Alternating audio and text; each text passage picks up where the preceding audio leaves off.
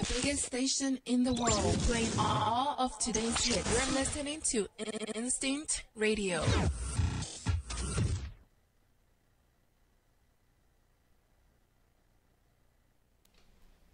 Hey, good evening, everyone. Happy Monday. It's your boy Kevin Thornton, and you are tuned into the Wellness Architect Show. It's Monday, January 22nd, 2018, and this is going to be a very important show tonight. You know, for wellness, for me, it's mind, body, and spirit. So we talk about health, nutrition, fitness, but we're going to talk about the mental side today. So I got three beautiful women here today. We're going to talk about mental health, more importantly, suicide, something that's not very much talked about in the African American community or period in general. So we're going to talk about that and the importance of having an open dialogue about that. So before we get started, I want to thank everybody who has been doing the 7-day, 14-day, and 30-day detox to clean your system out. And those who do it know that we also do a spiritual detox too. So I ask you to limit amount of social media that you do and limit the amount of TV that you do while you're doing this, because you want to also clean your spirit while you're doing your the nutritional part of it as well. So those who still interested, please reach out to me, hit me on Facebook or Instagram, and we'll go away from there. But while with no hold back, let's get started. So I have three ladies.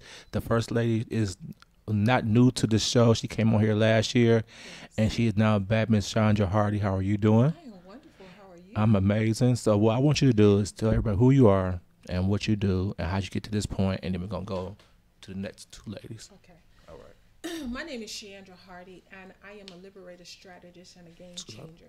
I am also a CEO and the founder of the Sister Circle of Love and Empowerment Ministries, the organization where we teach young ladies, and we teach them, we give them the tool that they need to help them to live a successful life, show them that they matter, you know. And I'm also a life coach trainer, a primary focus on suicide prevention with powered by Assist, which Okay. is a program. It's a global program. It's an awesome program.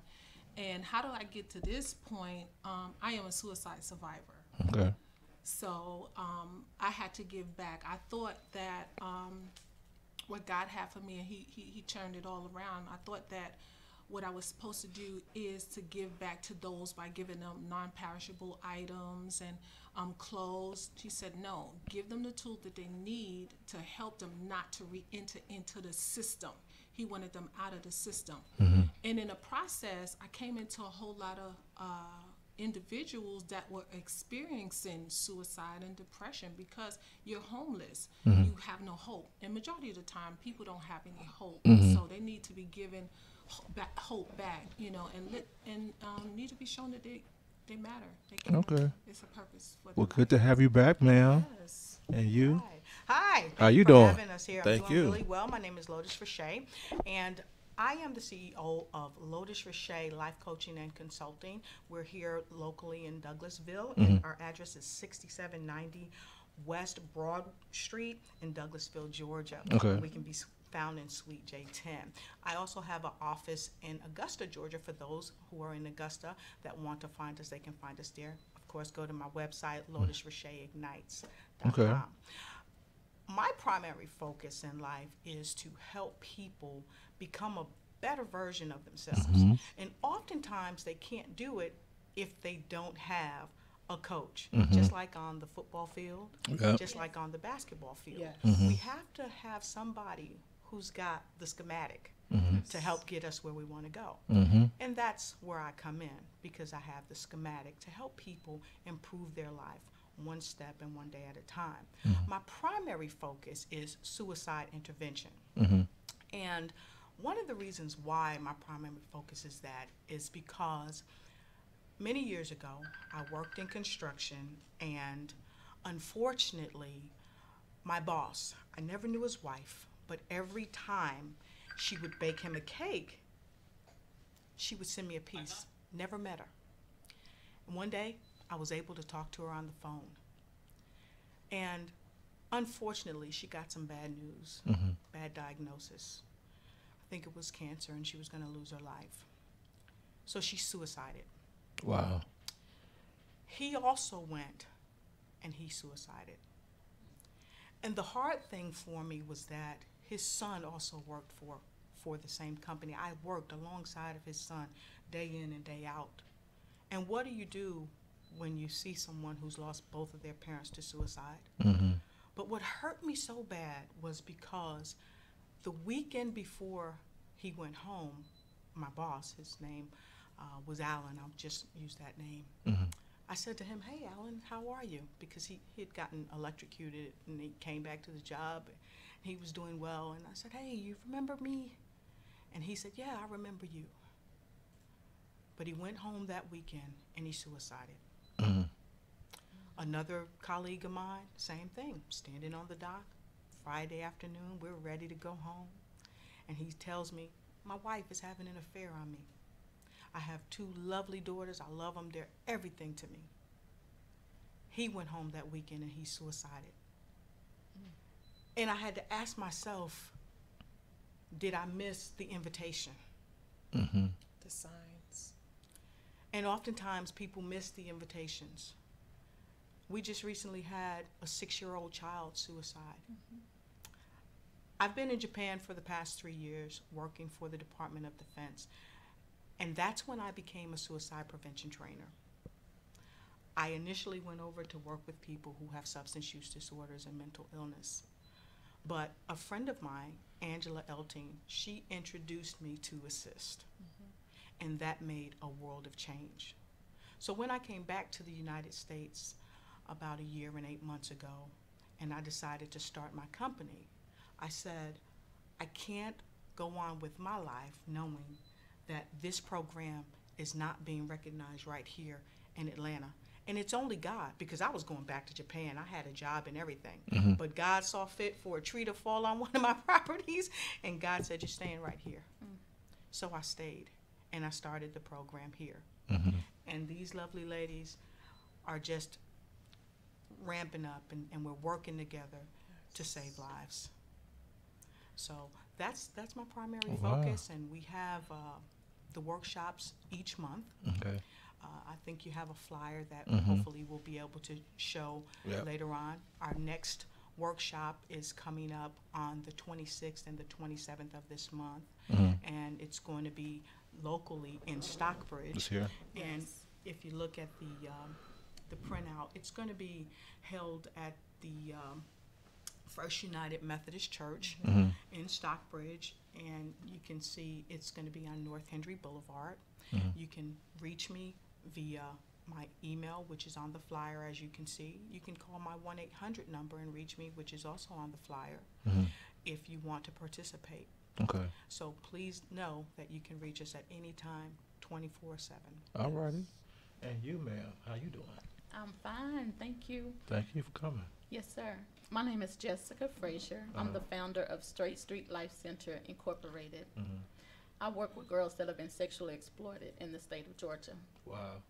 Yes, sir. And so how we intertwine is that the girls are diagnosed with bipolar, mental health disorders Mhm. because of the trauma that they experience when they are being prostituted. So we just wanted to learn more and see how we could go above and beyond to save lives, Amen. Okay. be proactive. Okay. So how long you been doing this? Working with domestic minor sex trafficking youth, Uh-huh. about 10 years. Wow. Working with teenagers, period, over 20. Wow. Okay. So, how did y'all 3 end up meeting? Wow. Okay. So at the last conference we were together, she came and supported us, Uh-huh. and she kept saying, "I have somebody that you need to meet." She kept saying that, and then she hooked it up that we would meet, and I'm thinking that I'm going to meet her because she told me that she knew of someone who had a portable shower, Mhm. which was good because I deal with the homeless. I said, "Oh, okay." So we actually met in Douglasville, and I have no idea what led me to tell her about my story, my suicide story. She's like, "I need you on Wednesday to come and let's do a video." And then she started telling me about her program, went and we did the video, and just from that, it just opened up the door to a wonderful relationship, and God turned that thing around. Right. You know, because then I was able to tell my story. I was able to tell my story. I'm in the process of writing my book, my journey from depression and suicide, living on purpose for God. So that just opened up the door for me to be able to give my service to those who had the same ideations and behavior and the same language that I did, and to give back to help those. Okay. So, yeah. So what do you think, why is it such taboo for us as African Americans to talk about mental health disorders and also suicide? Can I say this? When I had my experiences, because I had many attempts but unsuccessful. Number one, people crying out for help. I was a missionary and evangelist in the church, and I didn't want them to think I was crazy. I didn't want them to talk about me. I didn't want them to judge me. So I kept having those experiences over and over, and I think that's why a whole lot of people don't talk about it, because they don't want people to judge them and think they're crazy or something is wrong with them. Because we were taught, oh, well, people who act like that or have those experiences are crazy. So I think that's why it's taboo. So what do you think? Any of y'all want to chime in with that? Well, I wanted to say also, because there's a lot of guilt and shame that goes along with Yes. the thought of suiciding. Oftentimes, because of our religious connections, the church oftentimes teaches us that suicide is wrong. Right. I grew up going to Catholic grammar school, Catholic high school. I was even an altar girl. And we were told by the priests, suicide is a sin that God will not forgive you for. I've attended Pentecostal churches, Baptist churches, and one thing seems to ring true is that same litany, that God will not forgive you for suicide. So, as you are aware, many people who are African American are very close-knit with their churches, because oftentimes that's how we were raised, and that's how we made it over. Right. And because of that, many people in my imagination, well, I don't want to say in my imagination, from what I know, There you go. feel like if I tell my pastor, if I tell the mother of the church, if I tell Deacon Brown, they're going to think that I'm crazy. They're going to thrash me and say, get it together. When in essence, suicide is a very real topic. And it's become so pervasive globally that it cannot be ignored. But again, because of the taboo, the guilt and shame, Right. people downplay it. But there's an outcry from our babies. A Nowadays. 6-year-old recently suicided. My cousin, she's 10 years old. When I first came back to the States, her best friend suicided. You know how old the little girl was? Oh, 10 years old. And I've been working with people for many years as a counselor. I've worked with people who have dysfunctional families. I've worked with children who were cutters. And I got to tell you, it's staggering how our children are feeling pains, but for some reason feel like they can't talk about it. And I think it's because we try to brush it off the table or brush it under the carpet, but no more. We've got to hear their voices. okay. Jennifer, you got anything you want to add in? Jessica, I'm sorry. Anything you want to add No, in? sir. I can say this also, that a whole lot of people and their parents don't know the signs, don't know Okay. the language and don't know the signs, so they can't help them, not knowing that these kids are crying out for help. So what do you think when people say that when someone commits suicide, do they feel that's a selfish act? Well, I think they don't take the time out to think how the other people that's involved, the mother, the father, the sister, the brother, the friends, how they would react to it, how they would feel thereafter you complete the act, after you suicide, you know. So that's why they say that, you know, it's a selfish act, because you leaving other people to put them in a position to suicide too, because the first thing they do is blame themselves. I'm going to blame me because I couldn't see the signs, I didn't understand the language, I could have did something to help. More than one victim. Yeah, Exactly. it's always more than one victim. I want to say this, though, to that.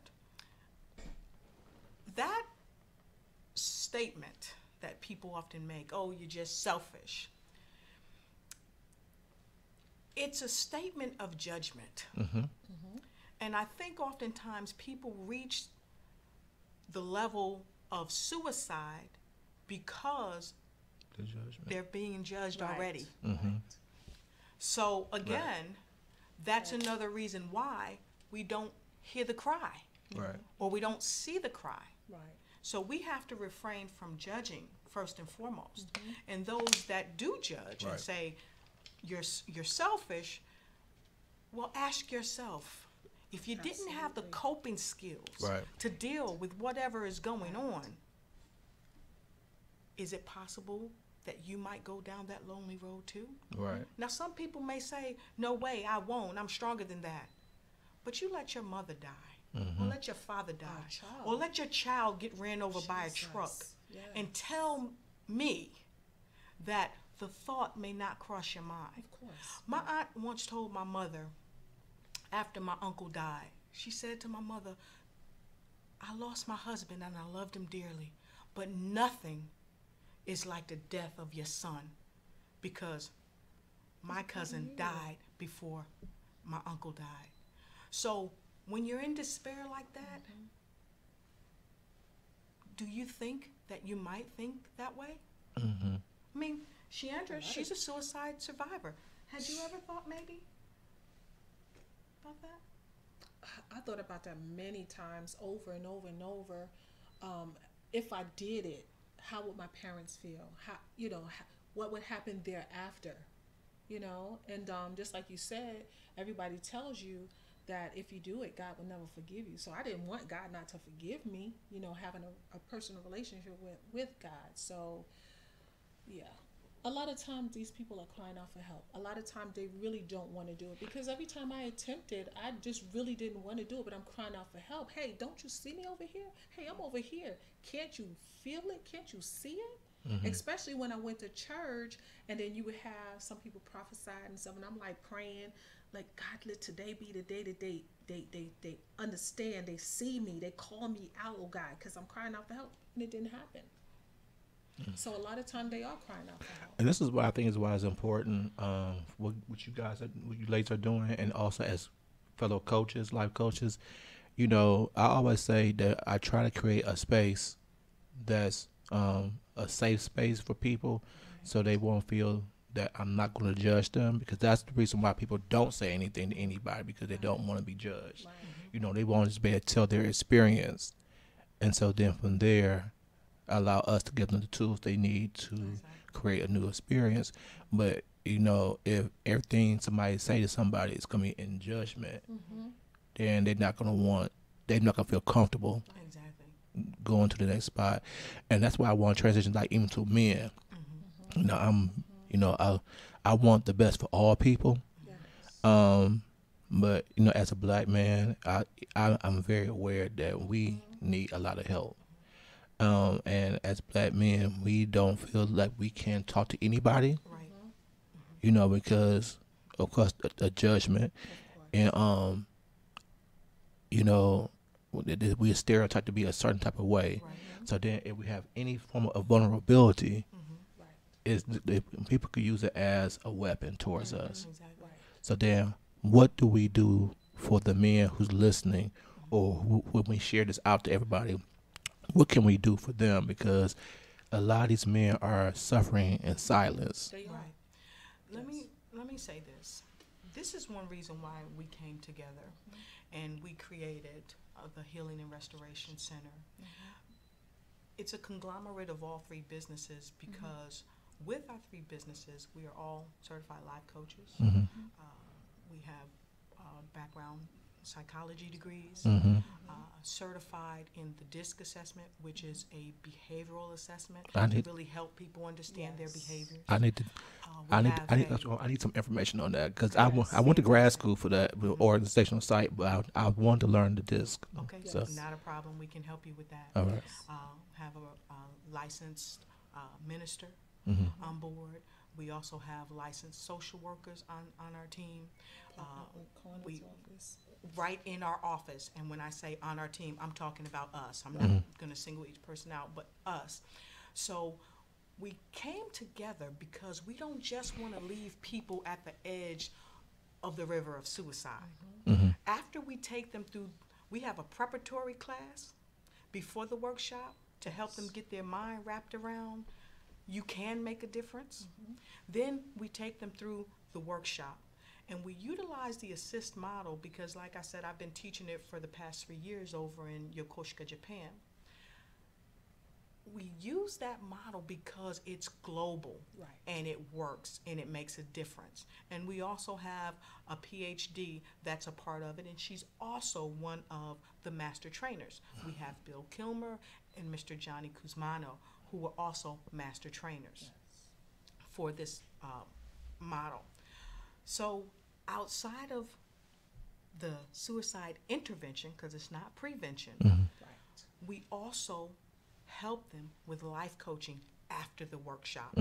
Because a lot of entities, and nothing against any other entity, they give them the prevention, not the intervention, but after it's all over, What they don't happened? offer them anything. Right. So that's why we decided to join forces to be able to give them the DISC assessment so they can understand their behavioral style. We also help them with life coaching, communication workshops, anger management workshops, meditation workshops, and we have people who are licensed, who are knowledgeable, who have 20 plus years in our related fields.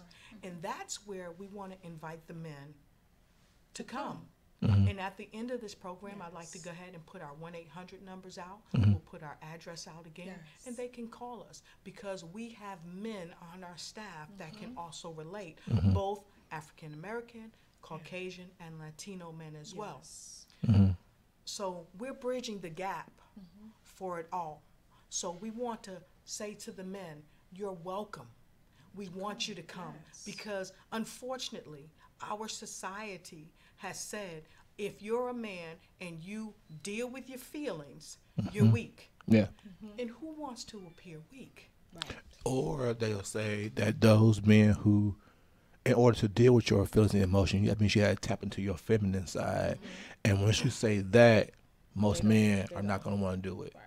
Because they don't want to be considered feminine. They don't want to be considered alluded to trying to be gay or anything like that. So they just don't do anything. Well, I definitely understand that, and you're 100% right. But I just want to say that if we understand that we are spiritual beings having a human experience, not a human being having a spiritual experience, then we can tap into our spiritual side and know that it's all right for us to get help. Because if God the Father did not, and the mother, okay, we can talk about that at another time. If our higher source didn't want us to tap into our feelings so that we can understand ourselves, the ability to do so would never be there.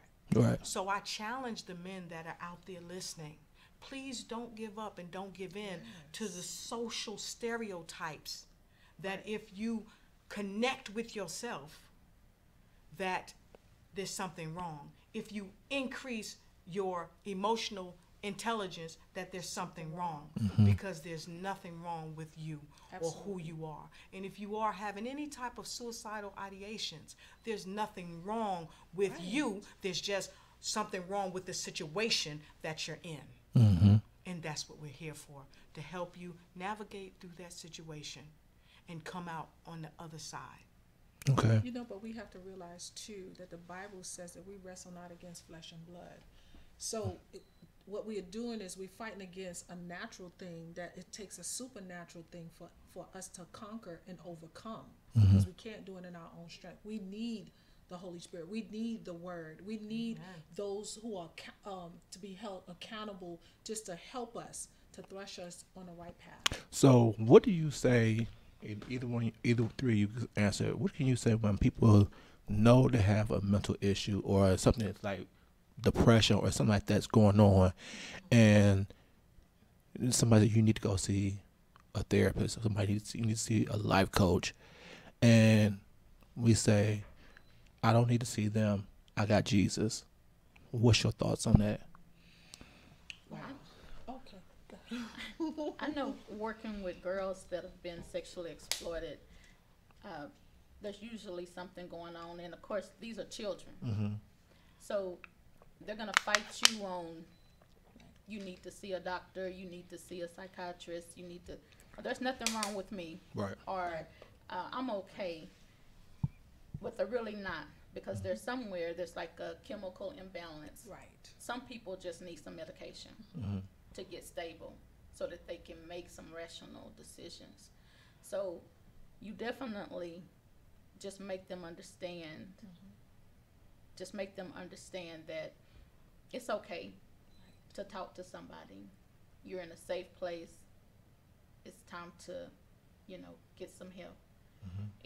It's a process. Yes. It's It a is. process, but you meet people where they are Right. in that moment. Right. And that's something I think that's a gift to do is. because everybody It is. it is a gift because It is. you can't because your mental input might be here, but if Right. somebody else is here, Right. you can't expect them to meet you where you're at. You got to go to where they're at, and then have them go up. Yes, sir. Right. And I'm go sorry. ahead. I think one of the primary things that I've learned being prior military and prior Navy, and I've worked with DOD for the past several years with military people. And one thing, especially with military people, we are often looked at as numbers. So people want to be identified as a person and not a number, first and Right, foremost. right. Even in the civilian sector, when you go to the doctor's office, they want to know, what's your social? What's your account number? We don't want to be numbers. We want to be people. And when we see people as people, we can do exactly what you said. We can meet them where they are. And something that the ladies and I talk about and we tell our clients is that this is a journey. And we are going to walk this journey with you. We're not going to push you. We're Right. not going to pull you. But we want to walk beside you on this journey so that you can be successful. And this is one of the primary keys I think that we have to keep in mind. People may feel out of control because they may have a chemical imbalance. Right. But people really want to have some type of control, even of the process to healing. So one thing that we talk about is we want to keep people in the know that you're in control. We got the tools to help you get to where you want to go, but you're in control, and we're going to help you gain more control of where you want to go. I think people just really want to be in control. They don't want to have to take meds. They don't want to have to do anything that they're really not comfortable with. And that's why, like you said, meeting them where they are, letting them know we're here for the journey, the Right. long haul, The long haul. makes a difference. Right. So for the kids, 'cause I think it's heartbreaking to see how many kids now are committing suicide. How they even get to that thought at such a young age that they don't want to live? What's like the root cause a lot of times for these kids? Some of the things they watch, Right. some of the things they listen to, their peer pressure, the phone, programs that's There's an programmed app. into their phone. Right. Yes. It's an app to teach them how to suicide. Yes. Yes. Really? There's Yes. an app, Yes. and that Even grown people. It's a Yeah. it's a game where they give the youth. They might give them a task to do. Go outside and throw a rock at a dog. Or eventually, what this app is leading up to is suicide. Right. It might say kill yourself, and so that's towards the end after they go from level to level. But there is an app out there. Yes. Yes, I got online about 2 weeks ago when I was reaching out to some other organizations, and something came up, the app, and then some other streams that showed them how to suicide. And the thing is that it's planting the seed of the how-to in the younger generation. And oftentimes, if the child has not developed great coping skills to deal with some of the stressors that they're experiencing, even in school, our children are under a lot of stress. Yes. If they don't have the coping skills, because we're not helping them to develop Right. them, but someone is in their ear 24/7 on the phone or on television, Right. they're allowing their mind to kind of be manipulated into doing certain acts. Just like Jessica said, it's a progression. Yes, it Now, is. we don't want to blame the media or anything like that, but we want to challenge our parents, our caregivers, to be cognizant of what the children are watching. Because if a child is exposed to a certain thing so many times, there was a study done at one of the major universities in the United States that if you do something 17 times, it turns into a habit. So if this child is coming in every day watching that, they're After a while, developing. Right, and that's one of the things I just said on my show a couple of weeks ago. Like, I was telling them I do like the 15 and 15. So 15, no, I give myself 15, wherever 15 minutes before I go to bed. I either read something in the Bible or I meditate, listen to some kind of inspirational music, or I go on YouTube and listen to some kind of audio. But it's something that's going to be positive, because when I go to sleep, I want that positivity to resonate in my head and my spirit. But if you're watching something very negative, Of course. it's going to penetrate in the same thing. And the same way when I wake up, because if you wake up and you instantly turn on the news for us adults, news is mostly negative. So you don't want to start your day off with a bunch of negativity. Exactly. And so I think that's on the thing. And I was going to allude to that. He said the parents, because I don't think, because of life, I guess, parents are working a lot more hours or whatever like that, but they're not as present in the children's lives. Like when I was growing up, my parents were present. Yes. They knew what we had first of all, we ate dinner together. Exactly. Always. There was no eating in our rooms. Yes. You couldn't watch TV. Yes. We ate together as a family, and we watched and we talked about our days, all that kind of stuff. So they knew everything that was going on. That doesn't happen nowadays. Yeah. And so they created the platform as kids to feel comfortable to talk to them about anything. So now at 45, I still am able to talk to them about anything, because I feel comfortable. They create that. My brother talks to them about anything. But now these kids, now, like you said, the TV is raising them. Yeah.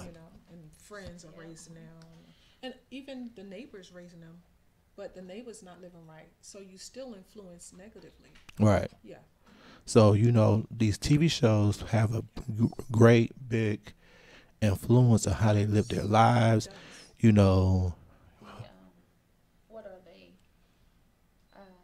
Reality. Reality. Yeah. I don't Yes. Yes. drama. Yes. And they think that's the reality that you're supposed Yes, to. sir. Absolutely. Yes, sir. And they see how these people who create this drama are getting paid. Exactly. So then, therefore, they do all this drama to try to get paid. So now everybody wants to be a reality TV star, because they see they could be a celebrity, they could make money, and all this kind of stuff, but they promoting negativity. And then some people watch these reality shows because they help them to, Escape. with their reality, Yeah. escape their reality. So I'd rather watch your drama because my drama is not as bad as your drama. So I watch your drama. So. a lot of So times why that's you what it is. why you think it's hard for people to want to do the work to try to become better and do better and study? Because all y'all are coaches and counselors. Why is it so hard for us to want to do the work instead of just focus our lives on somebody else, instead of just doing what we need to do to be best versions? Sometimes it's just, I just don't know how Don't know how. or where to start. Right. And there's a motivational speaker, Paul Zandisi. He said in one of his speeches, he said, "You don't know what you don't know." Right. And that's true.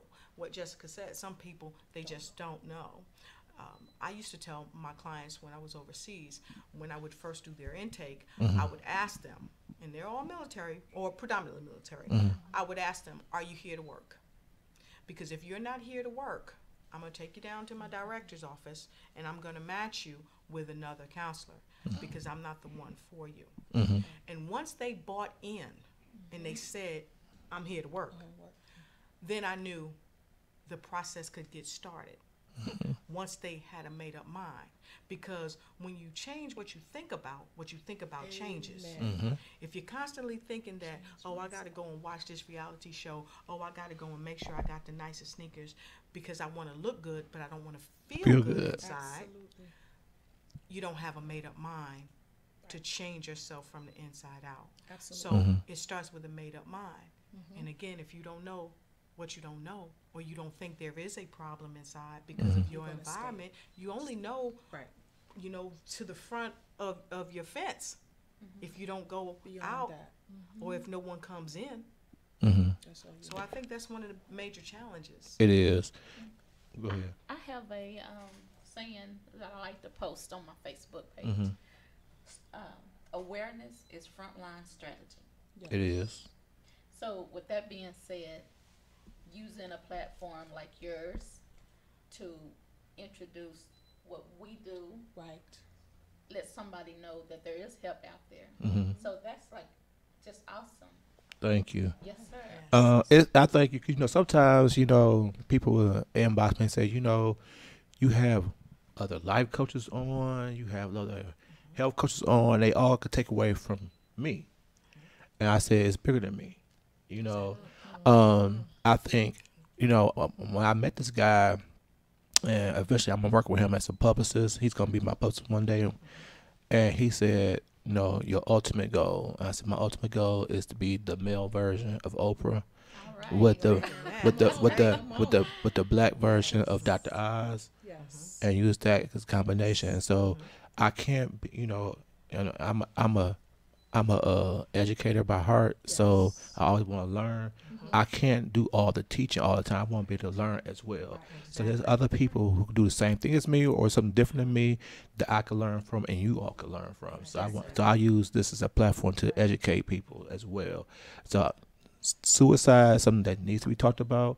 I'm not scared to put my show on there to showcase it, and so why not have you guys on here to explain why it's so needed, and let's talk about the taboo issues that may cause, suicide and mental health. And one of those things is, to me, is a lack of self-love. Yes. And that's something that's, I think, running rampant in our community, but we don't want to talk about it. And I know we was talking about a little bit before the show started, and we could probably pick it back on that. Why is the lack of self-love in our community so rapid? And either one of y'all can maybe give y'all a personal opinion on that. As minorities, we've been torn down so much that we don't like ourselves. Why? Because everybody else tears us down. We tear ourselves down. We tear each other down. We have no hope. We don't love ourselves because others don't love us, or they don't show us love, so we don't love ourselves. So I think a whole lot of time there's no hope.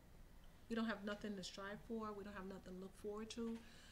There's many times that I call black women beautiful, and I can call every other race beautiful, and they will be receptive. When I call some black women beautiful, they look at me like either I'm gay or I'm saying something abnormal. And I say it just concerns me that black women can't accept being called beautiful. And on the reverse side, the men, I call them king because I want you to know that you're a king. Yeah. And sometimes some of them get offended. I had one guy tell me, oh, Jesus Christ is the king and I'm not the king. And I'm like, OMG. OMG, really? You are the king, because we are a replica of who he is. If he's a king, he's the highest. He's the supreme king. But you men are kings too. If we was to... Another thing is we don't know our history. No. If we knew our history, then we would know that we were kings and queens too. Yeah. So I think that's a lack of knowledge of self. Ladies. And on top of that, buying into mainstream, again, it goes back to how they perceive the actors or, Absolutely. can I say her name? The Cardi B's. Yes. Go ahead. So, Yeah. if you're busy focusing on this young lady and how she look and how she shaped, and trust me, she has paid for that figure. Right.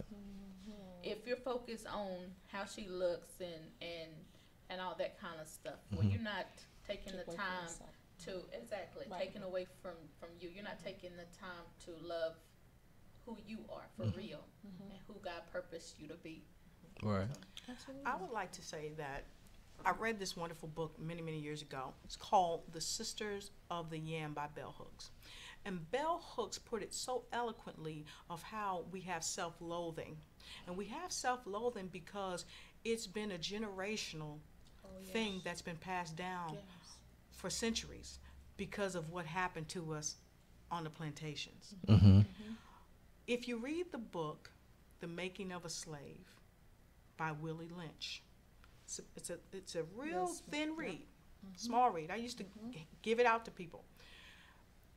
He utilized the system and told the plantation owners how to break down the spirit of people of color. And he promised them that it would work for over 300 years. And it has, because again, it's mental conditioning. And again, when you change what you think about changes. Then you can be receptive to someone that says, I love you, or that you're beautiful. Right. Now, the other part of that is that we've lost respect for one another within our own communities. Yes. Men, women, I don't care what your sexual, I don't want to call it a preference, but I want to say, even if you're same-sex oriented, okay, that doesn't matter. If you're a person of color, we still fall in the crux of not respecting each other. Right. And when we separate each other because of a person's sexual attraction, when we separate each other because you're light skinned and I'm dark skinned, and Bell Hooks in her book talks about that. Absolutely. It causes division within the race. And we have different things going on in our race because we haven't broken the shackles of negative and stinking thinking. So we have to recultivate our thought process. Yeah. And a lot of people use the N word, and I don't use that word, but I do understand some of their philosophy behind it, that they say we've taken a word that was meant to be negative and we turned it into something positive. I don't personally agree with that, but I don't stand in judgment, because at some juncture, we got to put all that foolishness and name calling aside and love each other, because we're spiritual beings. Right. And that's you know, and I had that conversation with some of my friends, and you know, cause we quit to name call, Right. and we have reason to justify it, whether it is because their sexual preference, or if we quit to call people coons and house niggas and all that kind of stuff. That's regardless if we feel it's justified based on their behavior. It does not make it right for us to call them by those names, because it's a form of disrespect. Exactly. So then, who are you to be disrespecting somebody? Because somebody disrespected you, it'll be a problem. Well, let me say this, and I tell people this all the time, and I believe in the law of attraction. I do just too. I can tell y'all do. believe that we live in a world that is built on frequency, and maybe at another time we'll go a little deeper into frequency. We done But that. I've done showing it that. starts like in the morning. You make up your mind. People say, "Why are you so nice? Why you decide to help us?" And you know what I told the person? The night before today that I laid down, I made up in my mind that tomorrow when I get up, I'm going to be nice to people. I'm Right. going to show love. Every day I do one act of kindness, if not more. I was just at Walmart and I paid for someone's stuff. Why? Because I believe that if I show love to you, just maybe, Right. when you go down the street, if you can afford it, you might show love to someone else monetarily, or you don't even have to have money. You can Right. just help somebody across the street. And what people don't understand with frequency and energy levels is because you attract who you are. Exactly. And as you elevate your frequency, you're going to attract a different type of people. Yeah. Exactly. So where I'm at right now, my frequency is why you all are here. Yes. Because I talked to her she still watches. You know, we communicate via Facebook and stuff like that, all that kind of stuff. Yes. But you know, she felt at this time we're connected here, Yes. Right. and she got you great women, which are and so Yes. okay, let's use this guy for his Yes. platform because we all on the same frequency level. Absolutely. You know, and so Exactly. I've Yes. been using that. I've been trying to teach everybody about that because frequency is just not only but who you attract in your life, but also what the experiences you're going to attract to you as well, money wise, everything. Yes. And I'm trying to touch. My father taught me that, Yes. and so then when it comes down to the self love, my father always taught my brother and I that you are great men. Yes. No man is better than you. Yes. So when you're taught that and you carry yourself as such, you know, it's hard. It's a hard battle because most people don't have that self-love. So then you're arrogant, you're cocky, all this, but it's not that. It's us. It's them, and but they don't want to see that. They want. Right. It's harder, but because you all and myself, we're not the norm. We're Right. the Exactly. minority now. Exactly. Because the norm is most people have a lack of self-love, you know. And I think that people miss the mark because oftentimes they don't understand it and they're not taught that. So I'm happy that you're saying what you're saying because it's really about what you put out into the universe. If you put out negative energy, if you You're gonna put out, receive I it. don't love myself, I don't love you, I don't like you, I'm jealous of you, Right. That's what you're gonna get. I'm going to steal something from you, I'm broke. If you say those words and you put that out into the universe returns more of the same to you. That's Right. why we have to be very careful, Very about careful. what we say out of Say our it, mouths. right. And And for the us power of that, the tongue. that believe in the Bible Yes. says that life and death is in the power In of the the tongue. tongue. And one of the two strongest words that we can use is I am. And Napoleon Hill, Les Brown, Eric Yes. Thomas, many of our wonderful speakers will tell you about the power of I am. Yeah. So if we begin to say, I am fruitful, I am a king, I am a powerful man of color, I am healthy, I am Beautiful.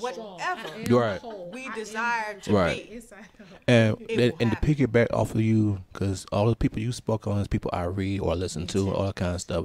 But I've been speaking about a book by Napoleon Hill for almost a year now. It's a book that is not as well known as Think and Grow Rich, but it's something that if you are in that kind of realm, you would know about it. It's called Outwitting the Devil.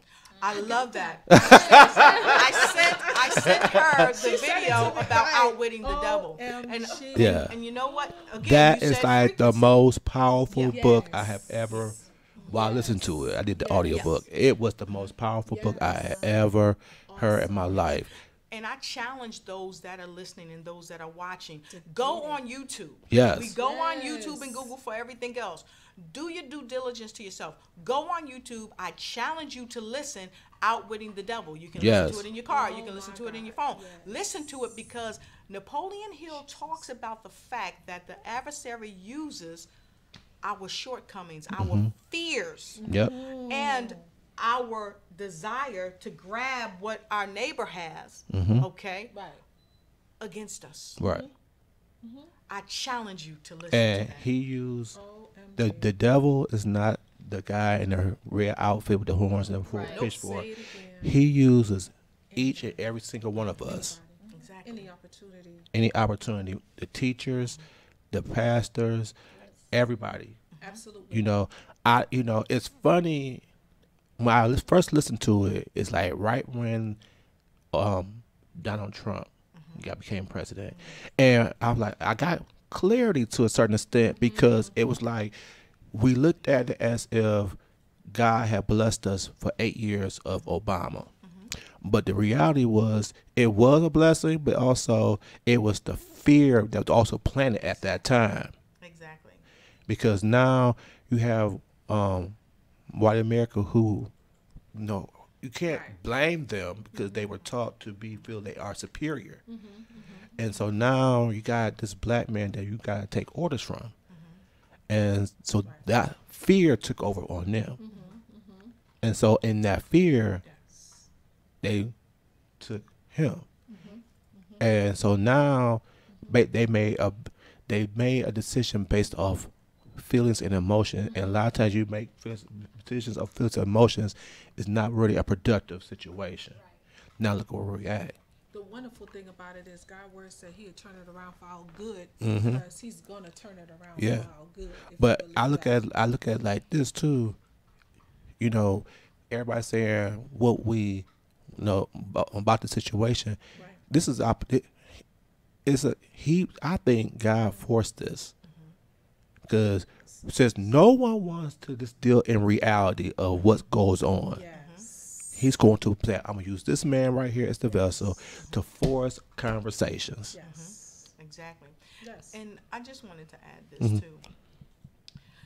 I heard you say that about Caucasian people, they feel superior. I think people of color continue to perpetuate it because oftentimes people will settle for less. Mm-hmm. Yes. Someone that I talked with the other day told me of an instance where he went into a restaurant area where he works Mm-hmm. and he ordered a sandwich a particular way, and the person who was on the grill said, "You want to come back here and make it yourself? You acting just like white people." Oh my. So my thought, now I'm a psych major, I am so too. it was in my mind. I'm saying that, is she saying that you should settle for anything Sell for anything. just because you're a person of color? Right. And I think oftentimes we embrace that concept. We do. So we can't look to other people, Caucasians or anybody else, to give us our self-worth. Exactly. We have to feel But and continue to perpetuate our self-worth. the bad part about it is, and this is where I ask listeners to listen to try to understand my friends when I have this conversation with them is the things that the bills and everything they do to try to suppress us. They're not trying to suppress us because we're whack. They know the greatness in us. Yes, sir. Absolutely. Absolutely. You don't hold Absolutely. if we don't got Absolutely. nothing going I on, agree. they don't need to do anything Right. to hold us back. We're gonna hold our own self back. Absolutely. But they know the greatness in us. We don't understand it. Right. We And don't I'm know. going to take that a step further. Like I've shared with you, I've lived in Japan for the past few years. But during that time, I've traveled all over Thailand, Guam, Korea, and many other places. Every place I went, if you were a person of color, people stood in awe of you. Now, a lot of these other places, they are trying to do everything that people of color do. Caucasians, Asians, they trying to dread their hairs. They're trying to braid their hair. They're trying to get tan. Okay? I used to be an electrician when I was in the Navy, and you know what I was wiring up when I got out? What? Tanning beds. Okay? The tanning beds exist because people want to do what? Get darker. Yes. People are sagging their pants. Caucasians weren't sagging their pants. Hispanics weren't sagging their pants. Asians weren't sagging their pants. Not that that's a see good those model kids, either, right, because I don't right. agree with that, because psychologically there's a reason for that too, and Right. maybe we can talk about that at another of time. reasons. But the fads that people of color do, and let's also talk about rap. People of color created rap. And if you look at Pepsi, Coca-Cola, the NBA, all of these mega businesses, what do they use now to get their advertising over? Rap. Okay? If you look at almost every street corner in African American neighborhoods, you're going to see a liquor store and or a hair store, because we buy more hair per capita than anybody. Right. We buy more clothes. We spend more money per capita. Yeah. So my question is this. If the outside world globally can see our worth as people of color and want our kinky hair and want our dark skin and our full lips and our larger noses or our eye structure or our fads, why why do they think that's so wonderful and they see the value in it, but we won't? Mm-hmm. That's my question. Mm-hmm. Yeah. Because what you said hit the nail right on the head. Yep. We are wonderful. We are brilliant. How do we capitalize on that? Mm-hmm. That's good. Yeah. Yeah. And that's why I do because if I say it enough, if I have said it enough, and I get people like you all to say it and reiterate what I'm saying, Yes. Sir. Yes. like you said, if you hear it enough times, it'll penetrate their spirit, and they realize that they are enough, they are greatness. That I used to live up north, and so women up north didn't wear as much makeup as they do down here, and I noticed the whole reality life down here, and everybody got to come out there with a face full of makeup. But okay, and then some people like, okay, I don't know if they wouldn't think they're cute If they don't wear it. if they don't wear it. But you are the most beautiful, precious thing there is that He created. You don't have to do all the other stuff to make you feel better about yourself. And I don't ask for, I'm not looking for nobody to confirm my greatness. I already know it. And like my best friend told me, she said, we all have to be 100% unapologetic Exactly. of who we are and what we do. Absolutely. And that's one of the things I think we don't do. So how do you three ladies spread that message? 'Cause we on the same wavelength here. Right.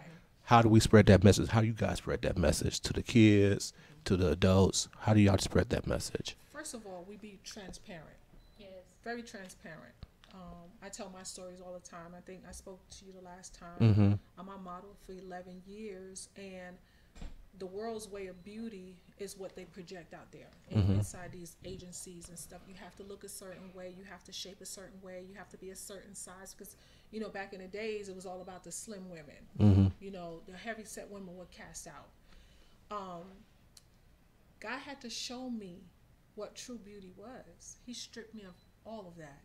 All of that. No makeup. And I'm like, God, they're going to think I'm ugly. This is what I'm saying to myself. God, they're going to think I'm ugly because I was so used to the makeup and the hair and the fancy clothes and the this and the that. And when He stripped me of it, He then began to teach me that the beauty was from the inside out, not from the outside in. So we teach, I know I do, teach these young girls, love on yourself every day. Go in the mirror and love everything about yourself. Start from your head to your toes. Love your eyes, love your wide nose, love your full lips, love your little ears, love the color of your skin, love your long nails, your long fingers, your long legs, your knobby legs, whatever. Love yourself. We teach them love yourself. So we try to build their esteem, show them their importance. So, the kids, that I used to be a mentor back in the day, and I had young boys from like elementary school till like sophomore in college, and to hear these young boys at an early age, you could tell they're pretty much raising themselves or whoever in the neighborhood is raising them. They're faster, more advanced than I was at their age. When I asked them to have girlfriends, all this kind of stuff, they talking about friends with benefits, and they can actually explain what friends with benefits is. And I'm like, oh my God, what is going on? So when you dealing with that with these young women, a lot of that they do is because they're looking for love. Right. How do you express to them that they worthy of more than what they're looking for? I developed a group called Respect Group Okay. that I would teach the girls, and you have to take it all the way back. I'm a very structured person, so with being a structured person, being repetitious, because whenever you repeat yourself, I learned that in the detention center when I used to be an officer in a youth detention center, like repeating myself and just don't matter if they heard it yesterday, they need to hear it again today, and they need to hear it again tomorrow. So I use the same concept when I work with these girls, being repetitious, being firm with them, fair with them, and consistent. Because they see fake a mile away. They And see they know. you coming and know that you don't mean them any good. Absolutely. And so to be effective with change with them, you know, you have to be different than Yeah. what they're used to. Yeah. Because I cannot work with the girls and cuss them out and call them everything up under the sun except a child of God. That's what they're used to. I can't slap them Absolutely. upside the head and tell them you need to get right because that's what they're used to. Right. I have to walk out as an example. Right. I have to walk it out. I have to lead by example. Absolutely. I have to repeat. I have to, you know, if I'm wrong with any one of my girls, if I'm wrong, I'm Let them know. apologize. Right. I'm And they probably not even myself. they probably not even used to that. Are not Right. used to that. And so there comes a breaking point when they see, okay, this is different. But I bet if I act up, she gonna change her mind, and she gonna show me that she was lying about loving me for real. Right. And then that's when that structure person steps up. I mean, you just have to be the different. You have to be different. And I stand on Jude 1:22. And some have, this is the end part of that scripture, and some having compassion, making a difference. Because I hadn't always had that compassion for the youth. Right. So listening to them and their stories and realizing that this young man, because it went all the way back to the early 2000s when God made me go to work for this company that I did not want to go to work for. And I had to listen to these young men. They did not want to steal. They didn't want to rob people to get what they needed. But because these are teenagers, because they had a rap from 6 months ago or a year ago, nobody would hire them. Or because of their circumstances in their neighborhoods and stuff, they just felt like, well, this is the quickest way. There was nobody to teach. Teach them. There was nobody to listen. He was just trying to get food. And I think sometimes too, and I think I learned this from my father. He never tried to be our friend. And that's big. We friends now 'cause I'm grown. You have to have boundaries. You But have to set he those boundaries. and see and that's what he always taught my brother and I. You know, you always set boundaries and expectations how you want to be treated. Yes. So I care. So when I deal with the youth, Right. I still carry myself a certain type of way. Right. So I'll play with you too, you know, but I still, but it's a certain You thing. have to have that balance because I'm a very funny person. Right. I used to tell my kids I'm going on tour with Kevin Hart. Uh-huh. I'm gonna be his little gospel intro girl or whatever they call them. His, you know, but having that balance also made a difference. I am doing a book called Letters to Miss Jessica, Okay. and it goes all the way back to the early 2000s, where girls used to write me letters and tell me, you know, Awesome. the impact or the difference I made in their life for Right. whatever reason. Something said or something done. Right. I told a 14-year-old girl, congratulations, when I took her to the doctor and we found out that she was pregnant. I got a 2-page letter from the same young lady that said, you made me feel better. Well, I know myself outside of myself. I'm a mother. Right. And so in my head, I wanted to say, girl. Oh my gosh. You know, I just wanted to freak out on her. But it's that spirit of counsel Right. that's in me that I just went up to the table, to the bed that she was sitting on. And I opened my arms and said, congratulations. And I held her and we cried together. And so a whole year later is when I got this 2-page letter. Thank you, because that made a difference. Wow. And you just don't know how you can affect somebody. And with all y'all being coaches like myself, and I know you guys use your social media as a platform. Yes, sir. People don't really understand, you know, how hard it is, Yeah. because you put your inspirational thoughts or your whatever you how you ever use it, and people still not fully trusting you, and so you guys they want to actually see, are you truly doing what you post? And then once they started saying, okay, he's for real or she's for real, then they'll try to embrace you. But because like you said, I guess some people feel like, so many people are perpetration of the fraud, and so they don't really trust anybody. So you gotta be that structure, and you gotta do everything the same way all the time. So people can actually say, okay, he's for real, she's for real. Then I can trust you and do what you. I think what you said, it kind of stick me in the side, and I'm gonna tell you why. Right. Because we face that, especially people of color. We face that all the time because our own people won't trust us. But and I tell people this all the time when people say that's your people. I say, well, we're from different cultures, and I think when you evolve culturally in a certain way, your mindset becomes different.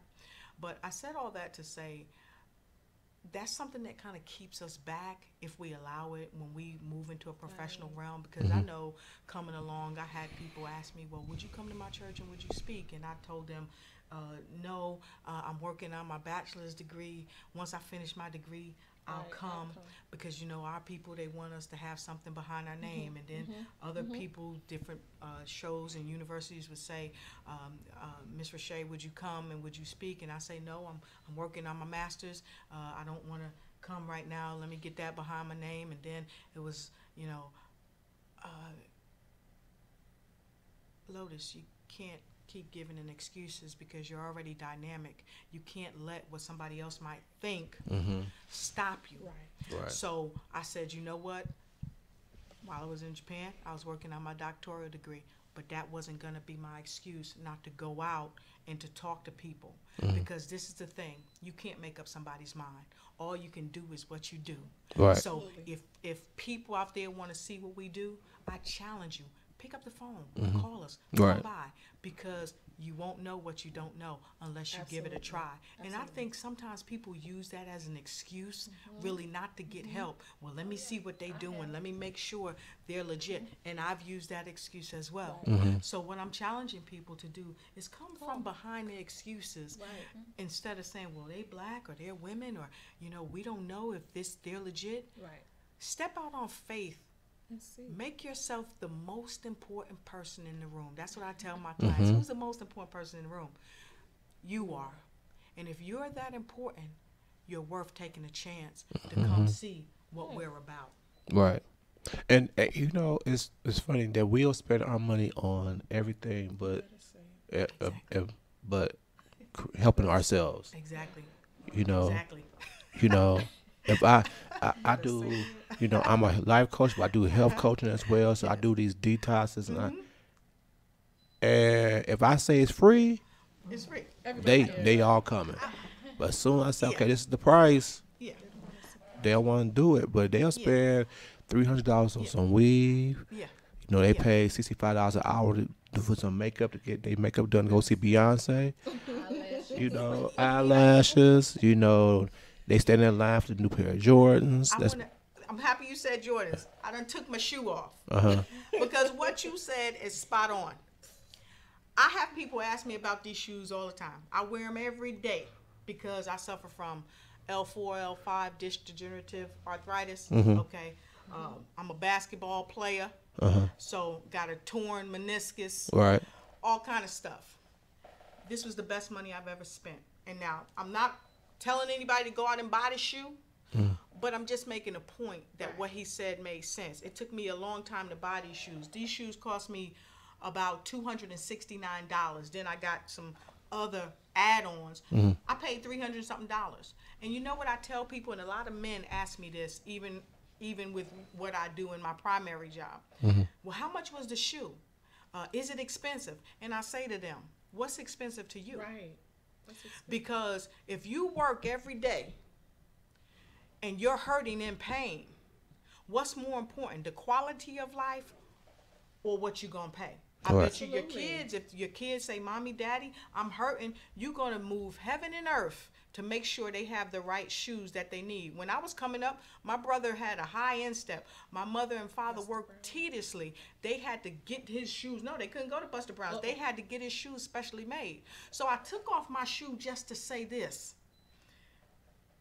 If you are important, and you are, spend the money. You'll spend it on Jordan. What is Jordan Nike's giving you back? Right. But a shoe for yourself, again, you gotta make yourself the primary focus. Exactly. You have to. You have Exactly. And thank you for letting me take my shoe off. Oh, you so funny. I hate taking them off. They feel so good. So, y'all got the event coming up when again? It's going to be the 26th and the 27th of this month. It starts on Friday and it'll end on Saturday. It starts at 8 a.m. and ends at 4 p.m. So you can come out if you work a job, if you're a clinician, a clergy person, or just a person that wants to find out more about suicide intervention. Come on out. You can get the 12 CEs after the class. Once you get your certificate from us and your stickers and your cards and all that from us, you can apply for your CEs. Also, we will be furnishing a light breakfast and a light lunch. The cost is $150, and if you work for a company, oftentimes your companies will reimburse you for the expenditure as long as you have your receipt. And you can go on PayPal to Lotus Roche at lotusroche@gmail.com, and you'll see the merchant number, and you can pay for it online. If you don't use PayPal or not familiar with it, you can call us up on our 1-800 number, and we can try to take your payment over the phone, or you can mail it to us. We can give you some type of our address. And then if you know that you're coming, you can also pay at the door before you come. But we ask that if you're going to come, please call us in advance, because there's a ratio that we stick within so that we are very effective for the training. So we just want to say, come, don't let money hold you back, because actually $150 is not nearly what the class really costs. It actually costs us $300. I talked to Dr. Shanahan about a week or so ago, and most places are paying $300. Well, all over the place it's $300, but to make it affordable for people, we cut the price in half, because our clergy, our clinicians, just our teachers, our firemen, our police officers, they need these skills. Our everyday people like you and I need these skills. And we can't put a price on life. Right. What is a life worth to you? What is it worth to you to save the life of your son or your daughter or your wife or your husband or your coworker? What is it worth to you? There's no amount of money, no price you can put on a human life. So I challenge you, don't let money be an issue. If you scrape up money to go get your weave, if you scrape up money to go out to the club, if you scrape up money to wear the new Jordans, do this, because this is going to give something to you that Nike's not giving you, that the nightclub's not giving you. It's going to give you the ability to give back in such a powerful way that you will change somebody's life forever. And guess what? That change has a trickle-down effect. When you change that life will change another, and so on and so on and so on. So, as we get ready, we almost there, but one of the things came to me while you was talking is, especially with our community, we are very religious. Yes. So if we're Christians or where we're supposed to be, religion-wise, we all supposed to be servant leaders. Exactly. But I don't see that. So can y'all take a chance to say, why is it important to be a servant leader? Like the three of y'all are. Why is it so important to you to be a servant leader? Well, for me, every Sunday we go to the church. It's the same people that getting fed the word. They're fellowshipping with others, so they're being encouraged. They're being empowered. There are people outside the four walls of the church that need that same behavior, that need that same love, that need that same encouragement, that need that same empowerment that we have to go outside the four walls to give it to, people. So we have to become a leader. We have to come outside of the four walls of the church. I don't have anything, say wrong about the church, because I love my church. But we have to come outside of the four walls of the church, because there's a dying people. There's a hurting people on the outside. So, yeah. For me, I have to be a servant leader, and I think that was your question. Because I lead by example. I can't talk to you about something I don't know about. Right. If I'm life coaching you or counseling you or even giving you the disc, I can't tell you about something if I haven't been there. I work for a place as well where they deal with spinal injuries. And before I came back to the United States, I couldn't walk on my own for about 4 months. I had to use a cane. And I asked God, why is this happening? I have patients that need me at my job. And I never understood it until I came back to the States. Right. And out of the blue, I got a job working at this particular spinal hospital. But I couldn't help these people if I didn't have my own story. And when these people come to the spinal center and their moms and their dads and their husbands come up to me and say, Lotus, can you talk to this person or can you talk to that person? I say, I can't do that. Talk to me when I'm off. They come to me because I have a story and they don't even know it. So it's only God that sends them to me because they don't know me and they don't know my story. But when I tell them I couldn't walk on my own, I've been on a walker several years ago. I was on a cane for 4 months before I left Japan. And I understand their child, their husband, their wife's plight. Right. Because they're saying, I hear you when you talk about God. I hear you saying I'm going to get better. You're supposed to say that you love me. But you know why I'm so mad? Because you can walk out this room and I can't. And I understand that. But it's only the higher power that took me through what I went through to help me help these people. And that's so critical. In order to be a servant leader, you have to have the experience to be able to lead. You have to, one, be a good follower to be a good leader. And you have to have a heart to serve. Absolutely. And that's my heart. I have a heart to serve because this is what I tell people. This is a journey that we're all on. Yes. We are spiritual beings having a human experience. And I believe that God has endowed me with this cup, my cup of life. It's filled with so many gifts. And when I go from this earth to the next plane of life, I want to take to the high power and say, hey, God, this is my cup that you gave me, filled with all kind of talents. And when I turn that cup over, I don't want anything to fall out. Empty. And that is what's so important to me about being a servant leader. I have to use everything I got to help people to get to where they're trying to go. Because guess what?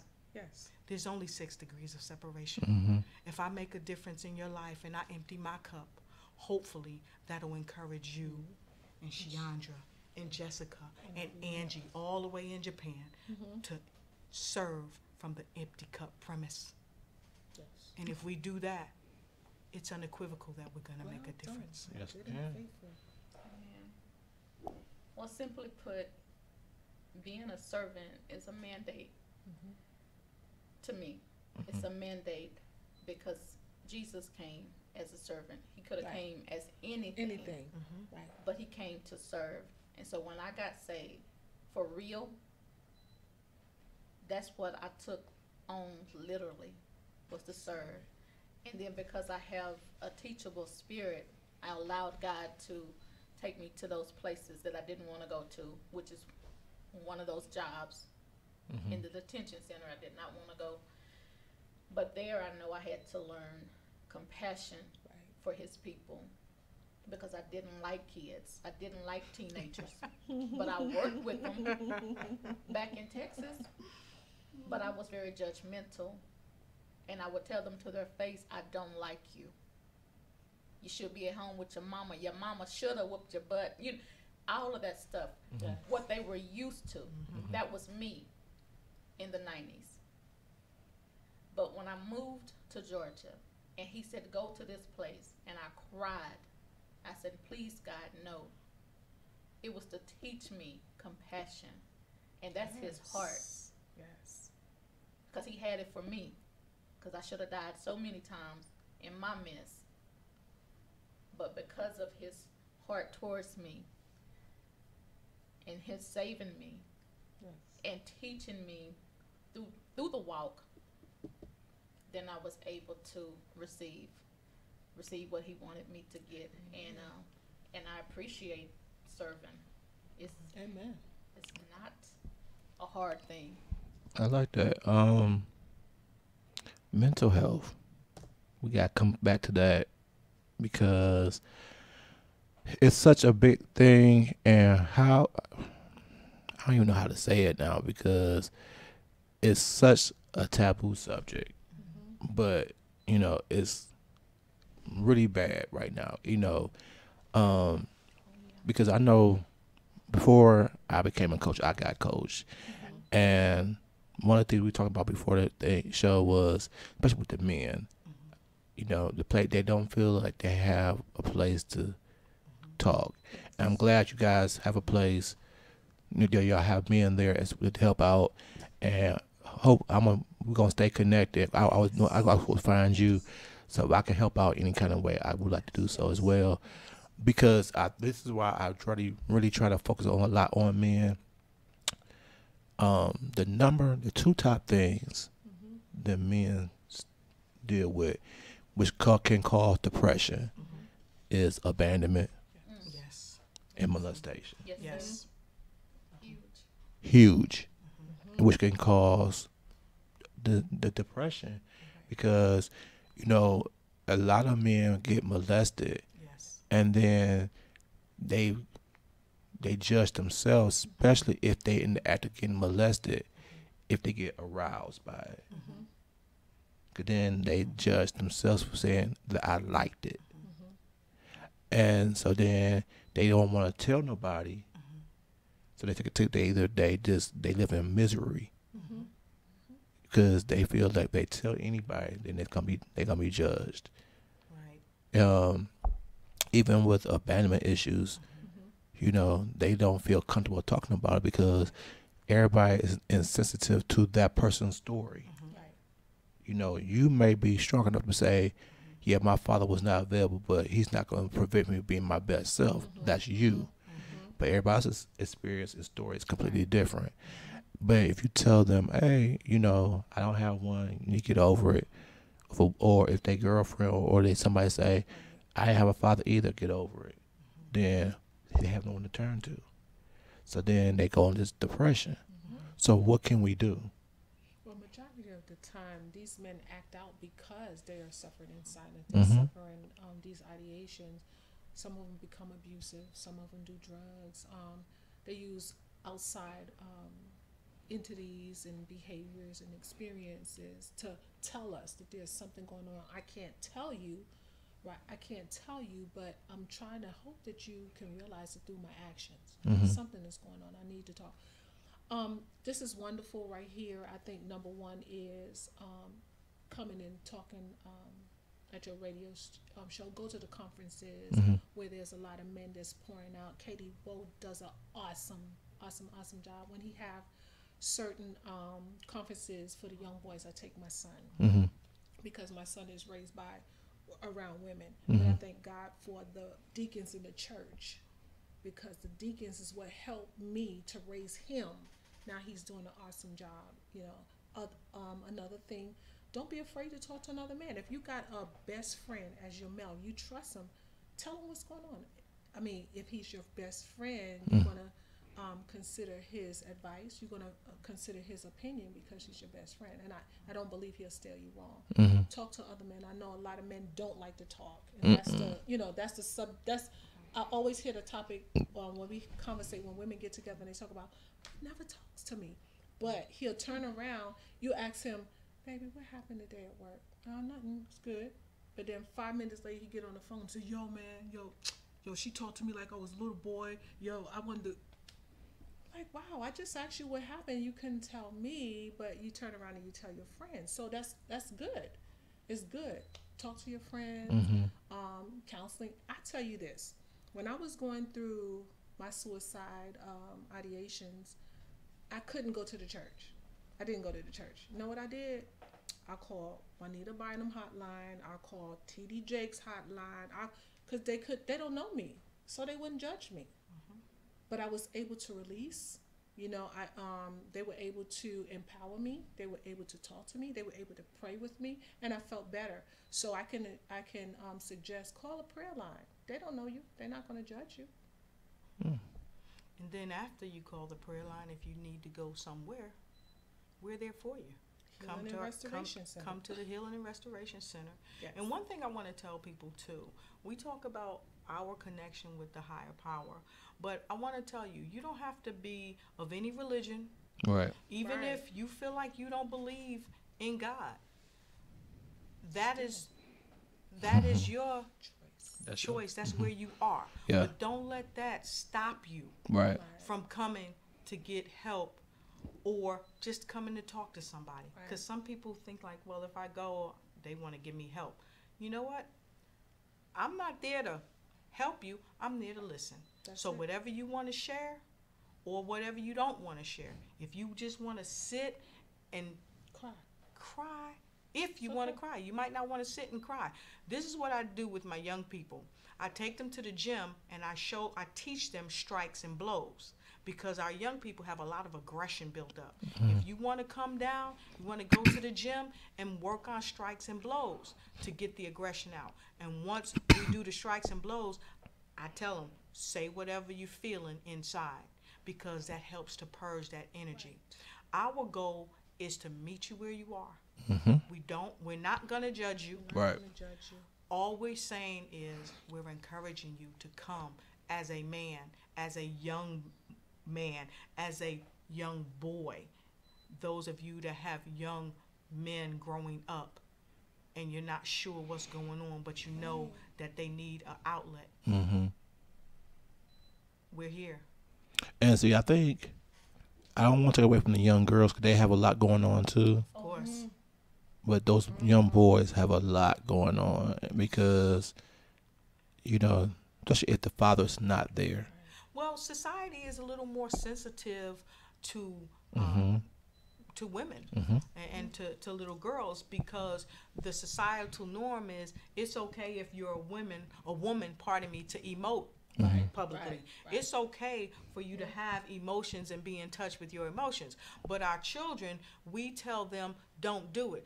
I saw this video online, and I wish I knew the gentleman's name. He was doing a motivational talk, and he was engaging these young boys and young men.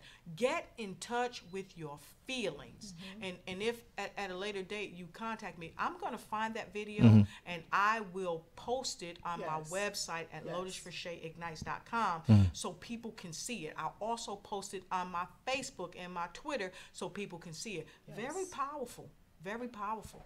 Okay. And that's what we need to do to help our men feel like they can emote. There's nothing wrong with emoting. There's nothing wrong with a father hugging his son or kissing his son. There's nothing wrong with that. You know why I say that? It took love in most cases to bring the child into the world. So when the boy come into the world, the boy child come into the world, you just gonna drop all the love off? He don't get no more kisses. He don't get no more hugging. So the boy child is feeling, I'm not as important as my sister because my father never hugged me, my mother never hugged me, or sometimes the mother has to do all the loving because the father won't do the loving because society tells him, don't hug your son, don't kiss your son. My dad, he's not with us any longer, he's deceased, but I never forget, my dad always loved on us and he always loved on my brother. He hugged my brother. He kissed my brother. My brother's not same-sex oriented. Okay, for those of you that's putting that in the back of your mind, I'm here to tell you, because that's not what causes somebody to be same-sex oriented. So let's get that out your mind. If you kiss your son, if you hug your son, if you tell your son he's wonderful, if you tell him he's awesome and can be anything he wants to be, if you tell your son he's a king, it's not going to make him a bad person, but it's going to let him know that you love him. Absolutely. And that's okay to tell your son and show your son that you love him. Don't buy him new cars to show him. Don't buy them Right. Jordans to show them. Right. Physically engage. And that's what we help people do, to physically engage. We teach anger management workshops. We teach communication workshops. Yes. We also help couples who are having problems within their marriage, or even if they're not married, if they're just couples. We also help life coach couples. You're right. And I think that's important. And before I'm going to give y'all a chance to say something at the end, but since you said that, we talked about that. I had 3 other guys from different shows, and we talked about, we had like a men's round table. So it gave us a chance to allow people here from a male's perspective. So the question that I saw on Facebook that I proposed to the guys was, women love to be heard, and y'all want us to hear y'all and understand where y'all coming from. But the question comes from the men is, why don't you all we want to listen to us when we want to express how we feel? We don't get the same listening from you all. It's like, as soon as we say what we have to say, it might be something towards you all, but it's how we feel. It's our expression. The first thing you say is, y'all do it too, or y'all have some kind of comeback. And so the men say, why can't you just listen and just accept what we're saying instead of making it a competition of a comeback? As 3 female coaches, what would you say to that?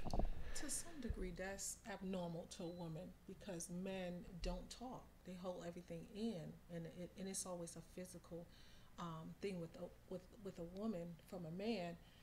So when a man do decide to talk, she think he's not for real. He's playing. He's pretending. He's not serious, because it's abnormal to what she's usually experiencing. So I think that's why I would say, well, you used to do it. We're gonna blame you, because I don't believe what you're saying. I don't think you're serious. I don't take you serious because I'm not used to this. So a lot of times I think that's why women say and act totally different, because it's abnormal to them. I think also because we have not been taught in many instances how to communicate effectively. I teach a class that talks about communication, and the portion I teach to the children, there's this one thing that we use, and it says that God gave us 2 ears so we can listen More. twice as much as we speak, because we only have 1 mouth. And I think that's a big part of why men feel like they're not heard, because collectively in a relationship, oftentimes both people don't know how to communicate, and they just do enough just to get by. So that's why it's so really important to understand how to communicate, to be taught how to communicate. And also, people, they don't know their own love languages. They don't know their own behavioral styles. That's why the DISC assessment is so critically important. And everything.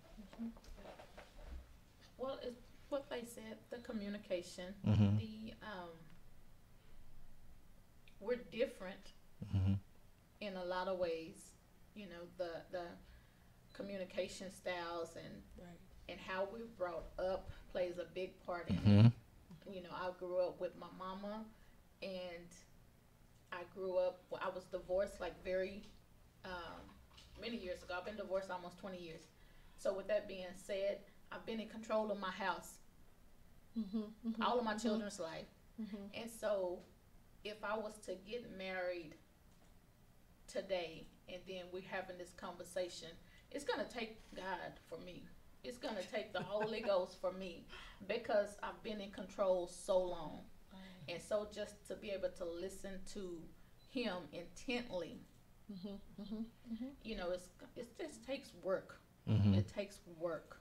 And something you said that before I let y'all do y'all spar is the 5 love languages is something I recommend to everybody. And we utilize that with our clients. And I have to use it for myself as well, because I went to go see this lady by the name of Lisa Nichols, who does The Secret, and that was my birthday gift to myself. And she had us do this assignment once we left the seminar, and I had to go to my friends and ask my friends, on a scale of 1 to 10, with 10 being great and 1 being terrible, how am I as a friend? If I don't get a 10, I had to ask them, what do I need to do Exactly. to go from 7 to 10. So, and you say, and you can't be in your emotions. You can't say whatever you got, because this is how they're put on perception, Right. and it's what they need. Exactly. And so, when I'm not the one on the phone a lot. I don't like talking on the phone, but that was the issue. Can you please put forth an effort to call? And I'm like, and your initial thing is to defend yourself. But like, y'all know since I was 18, I don't like talking on the phone. Why this be important? But I said, okay, this is how they feel. Right.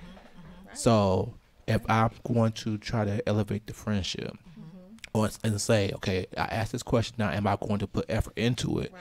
Now I got to actually put forth effort to actually at least call. So if I called you once a year, I say it's going to be a process. I might call you twice a year until I get used to doing it.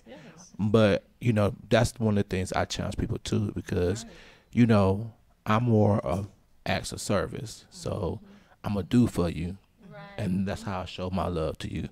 I'm not the most emotional type guy.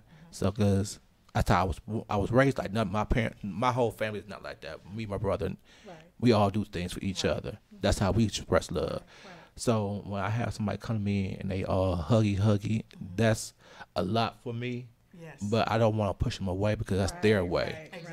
Exactly. So I'm gonna give each of you guys. I'm gonna give the most quiet one first, the first round, and we'll go to the end. Whatever's on your spirit at this time, I want you, whatever you say it. It don't gotta be about mental health. It don't gotta be about suicide. Whatever you feel at this moment, I want you to say it, and we'll go around the room. Okay. Well, I'm just excited about 2018. I'm excited about what God is doing with his people, through his people, and for his people. I'm excited about being around people like-minded, people that are smarter than I am. I'm excited about just making a difference in this hour. So I thank you for allowing us this time, this platform. I appreciate it. I thank you. Lotus? Just really want to thank you for having us here today. Something that we talk about, and I tell the ladies all the time, that I really believe what Bishop T.D. Jakes say, that it's in the flocking. It's who you with. You're not super incredible because you are just incredible all by yourself. You're incredible when you reach the masses because it's who you with. So in order for us to get this tremendous work done that needs to be done, because it's pervasive in every nationality, we have to flock together, if we want to survive. And I don't mean as the black race, but as a spiritual being having a human experience, if you will. For the human race to thrive, we have to all flock together. And I want to thank the Lighthouse Community Outreach Centers. We feed people up in Augusta, under the bridge, the Douglasville Coroner's Office. We're working on some initiatives with them to help people who have lost family members due to suicide, to help them after the fact has occurred. We're trying to help them with our life coaching as well. And then we want to thank also Michelle Jones. She's the owner of the Blue Rose. She's doing a lot in the community to help Sister Circle and other events to help push the word out about unity and cohesiveness. And of course, Dr. Laura Shanahan, she works with one of the premier universities here in town. I won't say that, but I've said her name. And she's helping us do some research, because this is what she do, to see how effective the assist process that we're using to help people prevent suicide is, so that we'll have numbers to see what's working and continue to enhance on that. And then we also want to thank Angela Elting, all the way in Japan. She's one of our counterparts. She works with us. She feeds us. Also Johnny Kuzmano and Bill, Kilmer. He's awesome. And we just want to thank you for that. We challenge you to read our books. We all have books coming out. My book is called Fruitful Faith and Drunk in the Pulpit. We challenge you to do that, and we also challenge you to call us, reach out to us if we can do anything to help you. We want to just give back, and we thank you so much. You're welcome. Before I get to you, this was an easy couple hours talking to you guys. I want y'all to come back. Yes. That's not an option. So Yes, I don't sir. care who it is. Reach out to me. Yes. If you could email me tomorrow, I will. and we could work on a date again Okay. That would be soon, because you guys were very good. I got fed. You know, I know people who listen got fed. So, and maybe we might not be about super, you know, mental health. We could talk about. We all are life coaches. We might try to do something where we might have you all and have some men here Yes. and have some Q&A and have conversation. I might invite y'all to my next men round table and be like, Awesome. and so we have a conversation, and we talked about topics, about what's going on, but we all talk about relationships. Yes. And so it'd be great. And sometime one of my friends say, you know, you need a woman there sometime. I said, okay, well, one day we might have a woman, so maybe I might have y'all come and do it. But I do want y'all back because you guys were amazing. Y'all spoke light to a lot of people, Thank you. and it did help y'all like the same books I like to read. So, Yes. so you go ahead, Leslie. I would just like to give honor to God, first and foremost, who is truly the head of my life, and I thank God for you. Thank to you. see the vision, to help us to see the vision and get it out there. Thank God for the open door of opportunity. He's been opening up the doors for us to meet people. Thank him. I thank him just for the mindset. Thank him for the power. Thank him for the wisdom. Thank him for the strength to do what we do, because it's a lot. It really is a lot. And we just wish that people who've listened today would support. Just support. It's for a wonderful cause. It just concerns me that if somebody do what do you call it? What's that? A fundraiser. A fundraiser for a dog, they can get millions and millions of dollars. But when you do a fundraiser to help eradicate homelessness, to help suicide intervention, to help young girls and boys nowadays from being sexually exploited, you get nothing, minimal, you know. And we just want you to support. Notice what we're doing is very, very important, and we thank you so much. I thank you We look guys. forward to coming back. I thank you guys, and I do expect to have y'all back soon, because you guys, you know, you guys were very, very good, you know, and the stuff that y'all spoke out on suicide and on mental health is very important. Hope everybody took heed to that, but also in life in general. Yes. You know, you guys spoke a lot, you know, spoke life into a lot of people today. I hope they received it and have an open heart to receive what you was putting out to them. So with that being said, I want to end the show by saying thank you all again. Thank you. And hope everybody had an open mind, open spirit to listen to what these ladies were saying today. And hopefully what they said, if it's somebody in your life that have something going on, that you are the open vessel to use what you learned today to be that, to help them through that tough time, and understand that whoever is going through that tough time, you know, be more sympathetic and empathetic to what they're going through and not judge them, because that's the reason why we have so much of this, because we live in a society of judgment, Absolutely. and we can't. None of us are, you know, above anything to be judged or to be judgmental. So all I ask you to do is to say thank you. Tune in next week for another great show. While you're gone, be great. Be your authentic self. Be you, and we are out. The biggest station in the world, playing all of today's hits. You're listening to Instinct Radio.